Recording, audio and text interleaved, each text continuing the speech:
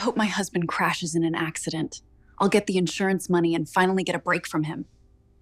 He'll never find out about the affair. The wipers struggled against the snow, screeching like they were begging me to turn around. 9 hours behind the wheel, numb fingers gripping the steering wheel, and a chocolate mousse cake seat belted beside me like a fragile passenger. I had this perfect moment in mind. Walking through the door, holding the cake, candles lit, her surprised gasp, that fake little tear she always wiped away when she was moved. I rehearsed it the whole drive. Instead, I opened the door to hear my wife wish me dead. I swear, if he crashes, I could really use the insurance, she said, her voice light, almost musical. And then her sister, Mallory, laughed. Or at least a few months of silence. They both cracked up. That full-throated kind of laughter you only do when you really mean it. I didn't move. Just stood there in the doorway with the snow still melting on my shoulders, the cake trembling in my hands. She hadn't noticed me yet. I could have said something. I should have said something. But what would I even say? Hey babe, you want me dead? Not exactly the birthday entrance I had in mind. I walked past them. I didn't even look at her. Didn't let her see my face, because if she had, she would have seen it break. I set the cake down on the counter. That stupid cake with "Happy Birthday, Emily," written in swirly gold letters. She liked gold. Said it made her feel expensive. I left the candles in the bag. She turned then, finally noticing me. "Oh, Logan, you're early." Her voice cracked slightly, just enough to suggest she knew I'd heard something. But she didn't apologize. Didn't explain. Just smoothed down her blouse like it mattered. I didn't say a word. That night, I slept in the truck. The heater ran until the engine trembled. The cake stayed untouched in the kitchen. By dawn, I was gone. 3 weeks passed. She texted once, just a thumbs-up emoji. As if that made sense. I didn't respond. But the part one didn't expect? That wasn't the worst of it. Because 2 days before her birthday, I'd gotten a call from her friend Jessica. The nice one. The one who always looked guilty when Emily was being herself. Jess had said something weird. "Hey Logan, is your trip still on? Just asking, 'cause I saw Emily at the Mercury Lounge last night, and she said you were already home." I brushed it off. Figured Emily got the dates wrong. But now, that voice, her voice, wishing me dead for a payout, kept playing in my head like a song on loop. And that's when it hit me. She wasn't alone that night. Not just Mallory. There was someone else. The second laugh. The lower one. Not as loud, but definitely male. I replayed the moment again and again, mentally filtering every sound. And suddenly, it clicked. Travis. Her personal trainer. The one who used to joke around with me, call me big guy, while he flexed near my wife in our living room. I pulled up her birthday photo she posted later that night. One of those aesthetic mirror selfies, gold dress, wine glass, and in the background, a man's jacket on the sofa. Not mine. Not Mallory's. Navy blue with a small tear at the cuff. Travis had that jacket. I remember because she stitched it for him once. Told me she was just being helpful. Helpful. Right. I zoomed in. The stitching was still there. Bright silver thread like a scar. So I called Jess again. "Hey, weird question," I said. "Who all was at the Mercury Lounge that night?" She hesitated. "Logan, I think you already know. I didn't sleep that night. My hands shook so hard I couldn't even hold a mug steady. Rage, confusion, and something else. That awful, hollow ache that comes when the world you believed in turns out to be paper thin." I started going back over everything. Her late workouts. The extra perfume. The way she started locking her phone like she was guarding state secrets. It was all there. I just hadn't wanted to see it. But the part that tore me in half? She wanted me dead. Not metaphorically. Not some throwaway comment. She wanted the payout. And if I had spun out in that blizzard, if the cake had ended up splattered across the windshield instead of the counter, I bet she'd still post some photo of us smiling, write some tragic caption, and cash the check. I wasn't even human to her anymore. I was a number. A value. A policy. This wasn't just betrayal. This was erasure. And something in me flipped. I wasn't going to cry. I wasn't going to beg. But I was going to find out everything. Every message. Every lie. Every time she smiled at me while sneaking away to that smug bastard with the perfect jawline and no soul. She opened the door to hell. I was going to walk her straight through it. After that night, the birthday night, something in me snapped, but not in the way people expect. I didn't scream. I didn't smash anything. I didn't even cry. I just started watching. Observing. like I was suddenly outside the marriage, looking in. Emily called once after those 3 silent weeks. She didn't mention what she'd said. Didn't ask why I left in the middle of the night. Didn't say a damn word about the untouched birthday cake that had probably gone moldy in the fridge by then. "Hey," she said, as if it were some casual check-in. "So, are you done sulking or what?" Sulking. That's what she called it. I stared at the phone in disbelief. Her tone wasn't apologetic. It was annoyed, like I'd inconvenienced her with my absence. "You wish me dead, Em," I said quietly. She paused, just for a second, then laughed. "Oh my God, you're being dramatic." It was a joke. Mallory laughed. Travis laughed. Everyone knew I was joking. There it was. The first real mention of him. Travis was there? I asked. My voice was calm, but my knuckles were white. Yeah," she replied, like I was the one being suspicious. "He's Mallory's friend too. Don't be weird. Don't be weird." Classic Emily. When she lies, she turns it into your issue. Makes you feel small for even asking. I wanted to believe her. I really did. Because no one wants to believe they married someone capable of wishing them harm, or worse, capable of loving someone else while pretending to love you. But the evidence started to pile up like snow on the windshield. The more I looked, the more it became undeniable. Her texts were dry, distant. She stopped sending selfies, which she used to do every time she bought a new outfit or got her nails done. She wasn't trying anymore, at least not for me. So I did something I never thought I'd do. I logged into our shared cloud storage. She'd forgotten we were still linked. What I found there made my hands go numb. There were photos. Not explicit, but damning. Her in a silk robe, one I'd never seen before. Champagne in hand, sitting beside someone who had their face turned away from the camera. But the tattoo on his wrist? Same as Travis. And then there were voice notes. Not meant for me. Short messages with giggles, moans, little whispers like, "I wish he was gone already. You make me feel alive." Not like him. He wouldn't understand us. Us. They had in US. I stared at those recordings for what felt like hours. Played them over and over, like torturing myself was somehow going to make me stronger. But each time I hit play, another part of me died. The woman I thought I married was a mirage. Emily. The one who used to fall asleep on my chest, who cried when I read her my vows, who said she'd never stop choosing me. That Emily didn't exist. Or maybe she did once. And then she changed. Or maybe she just got better at hiding who she really was. I thought about confronting her right then. Calling her, playing the audio clips live on speaker. But something held me back. I wanted to do this right. I wanted her to see what I saw. Hear what I heard. I wanted her lies to collapse under their own weight. So I waited. I planned. I gathered more. Screenshots. Logs. Even her gym check-ins didn't line up with what she'd told me. Every piece of her alibi was crumbling like plaster on a rotten wall. And as I sat in my small rented apartment, staring at a folder named Emily Truth, I realized I wasn't broken anymore. I was angry. Not just because she cheated. Not just because she lied. But because she played me. Because she looked me in the eye for months and treated me like I was stupid. Like I wouldn't notice the shift in her kisses, or the way she smiled less, or how she flinched when I touched her. She wanted the insurance. She wanted silence. She was going to get something much better. I was going to give her the gift she never expected. The truth, served cold. And I was going to make sure it burned. They say revenge is a dish best served cold. But the truth? It's better when it's silent. Slow. Calculated. The kind that doesn't scream. It smirks.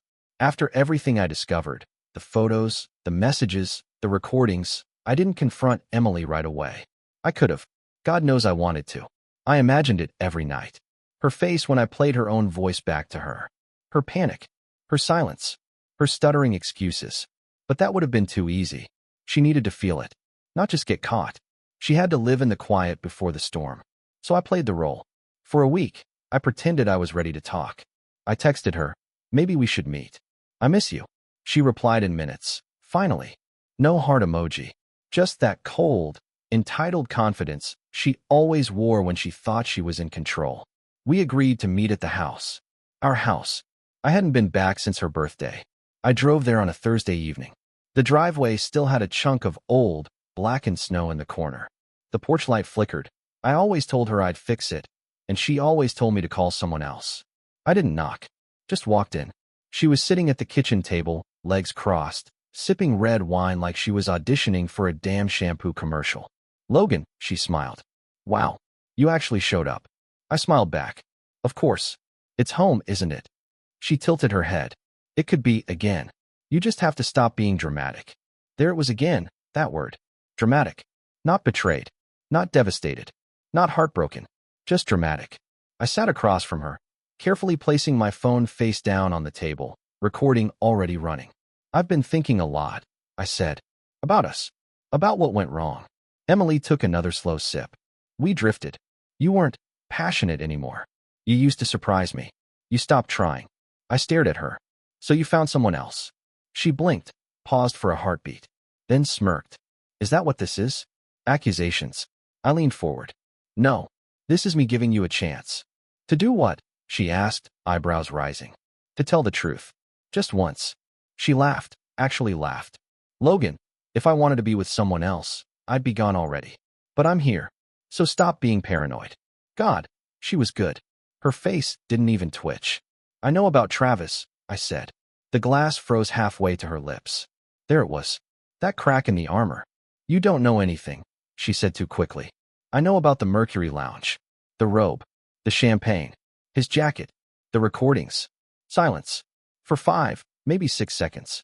Then she stood up and hissed. You went through my stuff? You stalked me. That's what she went with. Not denial, not apology. Accusation. You lied to me for months, I said. Wish me dead for a payout. You mocked me. Do you want to talk about who stalked who? She slammed the wine glass down so hard it chipped. You were boring, Logan. You were always the safe option. The guy with the job and the stable routine and no fire.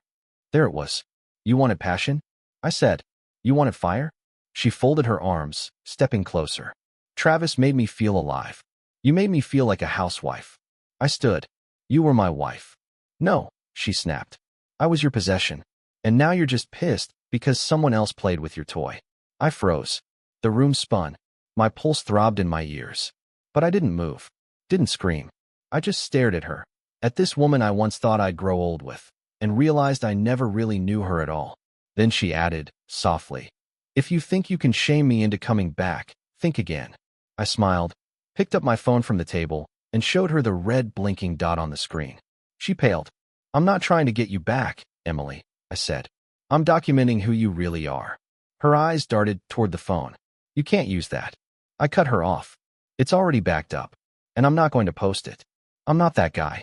She exhaled, too early. But your parents might want to know. So might his Jim. So might your lawyer. I walked to the door. She didn't follow. You wanted a fire? I said, turning back once. You lit it. Let's see how far it spreads. I left the house with her face burned into my memory. That look of horror dressed in fake confidence, trying to hold her ego together as everything began to crumble. For a second, I almost felt bad. Almost. But then I remembered the voice message. I wish he was gone already. The woman I loved didn't just betray me. She discarded me like expired food, something that had outlived its usefulness. And now, she was about to taste what it felt like to be irrelevant. I drove through the night with no music on. Just the sound of the tires on wet asphalt and the occasional creak of the heater. My hands were tied on the wheel. I wasn't angry, not anymore. I was focused. My first stop the next morning? Her parents' house. James and Carol, the picture-perfect couple who still sent Christmas cards with matching outfits. They always loved me, called me the stable one, the rock Emily needed. And maybe that was the problem. Emily didn't want stable. She wanted chaos she could control. Carol opened the door in her floral robe, hair tied up in a bun. Logan? Oh my God, it's been weeks. Is Emily with you? I forced a small smile. No, but I think you should hear something. They invited me in, offered me coffee. I declined. I needed their minds sharp, not soothed. I played the voice note first. Her words crackled from my phone like acid. I wish he was gone already. Carol's hand flew to her mouth. James sat back, face drained of color. I didn't want to believe it, I said softly. But this isn't just about infidelity. This is cruelty. Premeditated emotional poison. I didn't go into the affair yet. I wanted that part to sting separately. Carol started crying. James didn't. He clenched his jaw and stared at the fireplace like it might answer for his daughter's sins.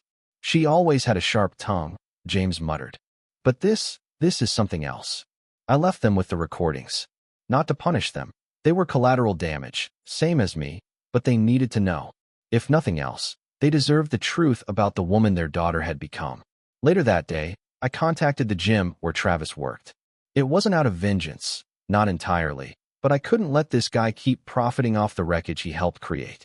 I didn't give them an ultimatum, just facts, evidence, photos, timestamps. I let the dots connect themselves. 3 hours later, Travis's name was removed from their website.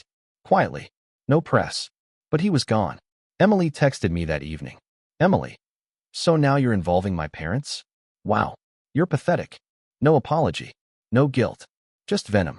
She'd rather set everything on fire than admit she did anything wrong. I didn't respond. The next day, the silence turned to rage. Emily, you think this makes you the better person? You're just a bitter loser trying to ruin me.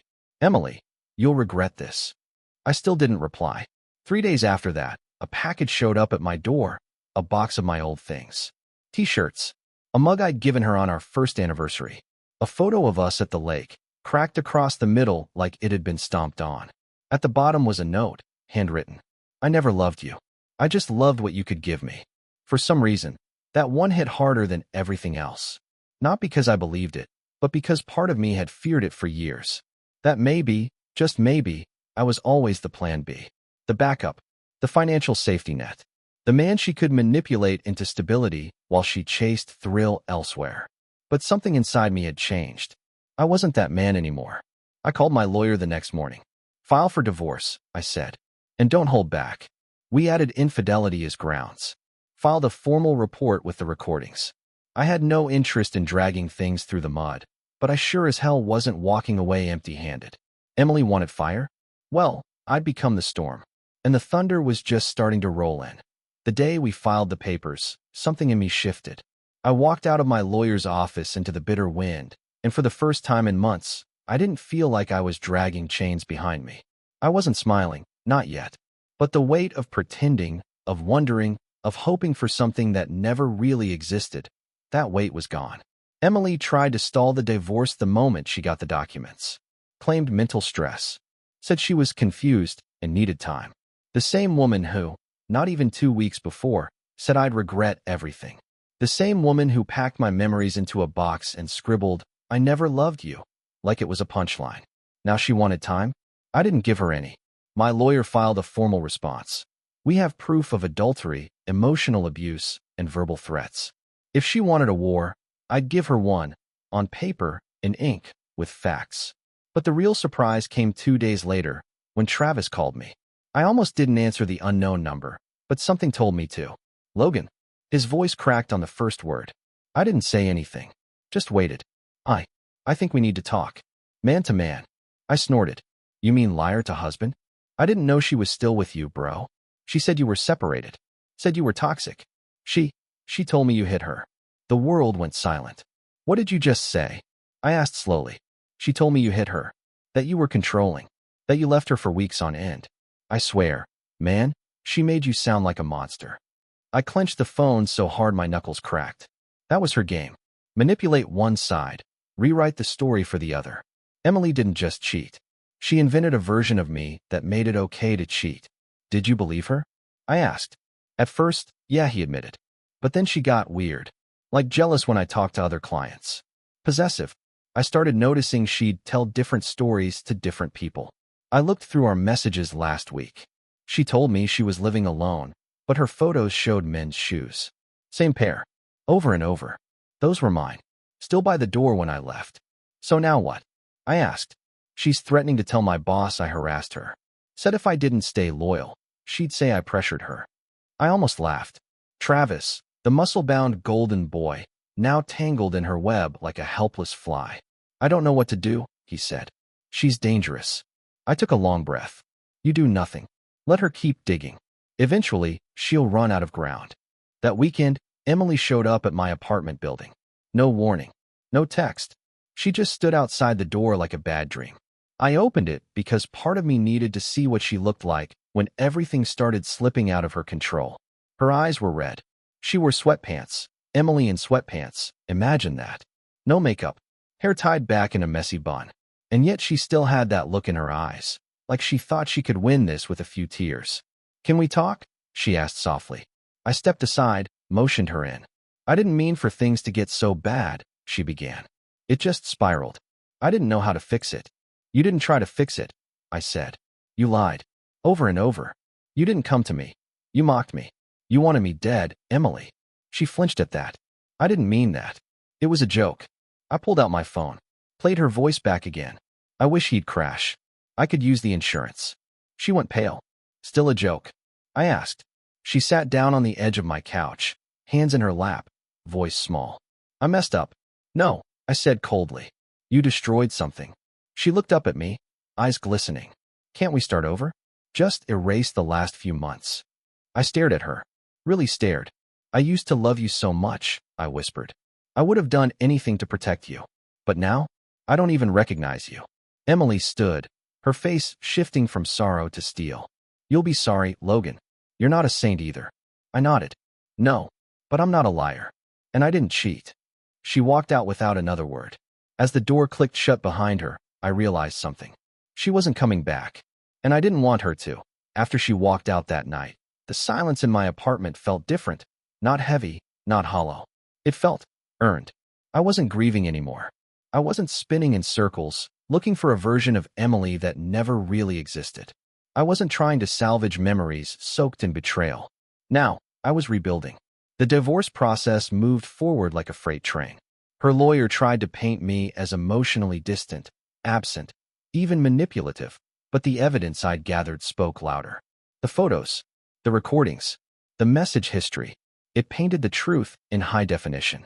The judge saw it. My lawyer barely had to lift a finger. We were granted a fast-track dissolution. No spousal support. I kept the apartment, the car, and my peace. She walked away with a dented reputation, a removed gym membership, and a heart full of rage she had nowhere to aim. That should have been the end. But with Emily, nothing ever ends clean. 2 weeks after the hearing, I got a message from a number I didn't recognize. Unknown, hey, you probably don't know me, but I think we should talk. I was seeing Emily too, while she was with you. And with Travis. I stared at the screen, not even surprised anymore. Part of me expected it. Turns out, his name was Jared. He was some guy she met at a real estate networking event. Divorced. Had a house in the suburbs. She told him she was single, working through trauma from an abusive marriage, and finally ready to love again. Same script. Different victim. He'd found out about Travis through whispers at her gym. Then someone mentioned me. When he confronted her, she broke down crying, said she was scared of me, that I was stalking her, hacking her phone, trying to control her life. She'd weaponized my grief, my silence, my restraint. She'd told Jared I was unstable, that I'd threatened to ruin her. I nearly laughed out loud reading his texts. She hadn't changed. She was just changing the audience. I told Jared everything. Sent him the same folder I gave my lawyer. No edits. No commentary. Just truth. He never replied after that. Maybe he couldn't face it. Maybe he did what I should have done the first time I saw her lies forming. Walked away without a word. A month passed. I started going to therapy. Just once a week at first. Then twice. At first I sat there with my arms crossed, spitting out facts like a broken robot. But then I started to unravel the guilt. Not about her, but about myself. Why did I miss the signs? Why did I keep forgiving? Why did I think love meant losing yourself in someone else? And you know what? I didn't have good answers. But I started building new ones. I stopped checking her socials. Stopped rereading old texts. Stopped trying to figure out where it all went wrong, and just started accepting that it had. It went wrong because she wanted it to. Because I loved someone who didn't exist, at least not for me. And the more I let that settle, the more I began to feel free. Then something unexpected happened. A woman named Tessa joined my office as a project coordinator. No drama. No perfume cloud. Just this calm, bright energy that didn't need attention. It earned it. She had a smile that didn't ask for anything in return. We talked. We worked. We laughed. No flirting. No pressure. Just ease. One evening, she asked if I wanted to grab a coffee after a meeting ran late. I hesitated, not because I didn't want to, but because I wasn't sure if I could. Was I ready? Would I be dragging baggage behind me like a worn-out suitcase? But when I said yes, and we walked together under a quiet night sky, I realized something. I wasn't dragging anything anymore. She didn't know about Emily. Not yet. And I didn't need her to, not immediately. This wasn't about replacing one person with another. It was about reclaiming myself.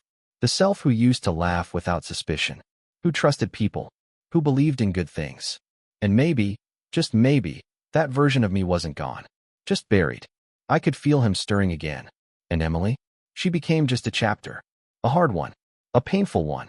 But not the final one. Just when I thought I was finally free of her, of the lies, the manipulation, the poison in her voice, she found another way to crawl back into my life. It started with an email. Not a long one. Not even emotional. Just 5 words. We need to talk. Urgently. No greeting. No signature. Just a subject line that screamed drama. I didn't reply. I didn't even open it. But like an itch beneath the skin, it stayed with me. She always knew how to leave a mark, even when she wasn't in the room. I tried to brush it off. Took a walk. Worked late. Grabbed dinner with Tessa, who, by the way, still didn't know the full story. She just knew I had a messy divorce and a quiet strength that sometimes flickered with shadows. But the next day, the voicemail came. Logan, I know you hate me. I know you think I'm this monster. But you don't know everything. I made a mistake, a lot of mistakes. But it wasn't all lies. Not all of it. Her voice was different. Not the usual ice princess tone or defensive bark. She sounded scared. And that scared me. Because Emily doesn't do scared. She does control. She does performance. But fear? That's not her script. I replayed the message 5 times, trying to decode it. Was this another manipulation? Another fishing line to pull me back into her chaos? Then the second voicemail came, this time frantic. Please pick up. It's not just about us. It's about what Travis did. What he's still doing. I think I'm in danger. Danger? That one word, loaded and slippery, hooked me. I shouldn't have cared. She burned every bridge between us. But part of me, the same part that once believed in her, couldn't ignore the panic in her voice. So I called her. The first thing she said when she picked up was, "You shouldn't have called me." "Then why did you beg me to?" I asked, already regretting it. There was a pause. "I needed to hear your voice," she said. "You're the only one who ever made me feel safe." I closed my eyes. That wasn't true. And even if it had been once, she'd traded that safety for something that looked better in mirrors and Instagram likes. "What's going on, Emily?" I asked, trying to keep my tone cold. She hesitated. Then it spilled out. After I exposed everything, Travis lost his job. And apparently, his next move wasn't to find a new gym, it was to find her. And not with roses. He'd started showing up at places she went. Texting from burner numbers. Leaving messages on her windshield. Stuff like, "You cost me everything. You think you're the only one who can destroy people? I made you. I can break you." Now she was scared. Not because she felt guilty, but because the game finally flipped, and she was on the losing end. "He showed up at my apartment 2 nights ago," she whispered. "I wasn't home, but my neighbor saw him trying to get in." "Did you call the police?" I asked. She sighed. "And say what? That I cheated on my husband with a guy who's now stalking me because I used him and lied? They'll laugh." I bit down hard on my tongue. Because that's exactly what she did. And now the consequences were finally catching up. "I just wanted you to know," she said after a long silence. "In case something happens. I didn't want you to hear it from someone else." That stuck with me. I wanted to say something cruel. I wanted to remind her of everything she'd done, how she shattered me with her laughter, how she slept with Travis in my bed, how she sent my love back to me in a broken box. But I didn't. Because at the end of the day, I didn't want revenge anymore. I wanted closure. "I hope you stay safe," I said quietly. "But I'm not your lifeline anymore, Emily. You made sure of that." She didn't reply. I hung up. And that night, as I sat by my window with a quiet rain tapping the glass, I realized something strange. I wasn't angry. Not anymore. I wasn't looking for justice or karma or even peace. I was just done. For the first time in a long time, Emily's voice echoed in my mind, and it didn't hurt. It just faded. The final straw didn't come with a bang. It came in an envelope. No return address. Just my name in that sharp, curving handwriting I used to know by heart. The one she practiced on napkins when we were first dating, imagining it as her new signature, Emily Hartman. Back when my name still meant something to her. I opened it slowly. Inside was a letter. Not typed. Handwritten. 2 pages, both creased and shaky, like she'd folded and unfolded them a dozen times before mailing. It started with, "I don't expect forgiveness, but I need you to know the truth." My breath stalled. Part of me didn't want to read it. I didn't know her anything. Not my time, not my eyes, not my thoughts. But the part of me that once drove 9 hours through a snowstorm with a birthday cake, that part still needed to understand. So I read. She wrote about the affair. She admitted to it fully. Not just with Travis. Not just with Jared. There were more. Names she didn't list. Encounters she didn't describe. But she made one thing clear. I never cheated out of love. I cheated because I hated myself. You were good, Logan. And I wasn't. And instead of rising to meet you, I decided to drag you down. That line hit different. Because deep down, I had sensed that. I just never had the courage to admit it. I thought loving her harder would fix her. That's what we're taught, right? That love heals. But some people don't want to heal. Some people want to burn. She wrote about her childhood. About a father who left. A mother who drank. About learning that love was transactional. Earned by performance, not presence. That every time I told her I loved her, no matter what, she panicked. Because she didn't believe in unconditional. You were a mirror, she wrote. And I hated what I saw reflected. Then she wrote about Travis. How it started as revenge. Then attention. Then control. And how it turned dark, fast. He'd gotten aggressive. Jealous. Then unpredictable. He started showing up at her job, texting her new partners, threatening to expose her to anyone she dated. I thought I was the spider, she said. Turns out, I was the fly. She ended the letter with a line that stayed in my chest for days. I broke everything we had, and now all I do is sweep the pieces. I know you'll never come back. I just hope one day you'll remember a version of me that wasn't cruel. I folded the letter and put it back in the envelope. I didn't cry. I didn't call her. I didn't reply, because that chapter was over. That book was closed. I took the envelope out to the balcony, sat with it in my lap for a while. The city buzzed below me, lives moving forward, unaware of the storm that once lived in my heart. Then, without ceremony, I set the envelope down beside me and lit a match. The paper curled quickly, edges turning black before the flames took the words. Her handwriting disappeared into ash, one sentence at a time. And when it was done, I exhaled. A long, slow breath that felt like it came from somewhere deeper than my lungs. The next morning, I finally told Tessa the whole story. Not the curated version. The real one. From the snowstorm, to the voicemail, to the fire on my balcony. I expected her to look at me differently. To flinch. Maybe even leave. But she just listened. No judgment. No questions about why I stayed so long, or why I let it get that far. When I finished, she nodded slowly and said, "That must have been a hell of a storm to survive." I smiled. For the first time, it wasn't a mask. It was, I said, "But I'm not soaking wet anymore." Weeks passed. Then months. Emily didn't contact me again. I don't know where she is now. Maybe she's still running. Maybe she found peace. Maybe she's still trying to manipulate her way into someone else's heart. But she's no longer in mine. And me? I'm rebuilding. Not into the man I was before her. Into someone stronger, wiser, calmer. I still believe in love. Just not the kind that demands self-sacrifice to survive. I believe in earned trust, not blind faith. I believe in fire, not to destroy, but to forge. And if someone asked me what I'd learned from it all, I'd tell them this. When someone shows you who they really are, stop trying to repaint the portrait. Burn the canvas. And start your own masterpiece.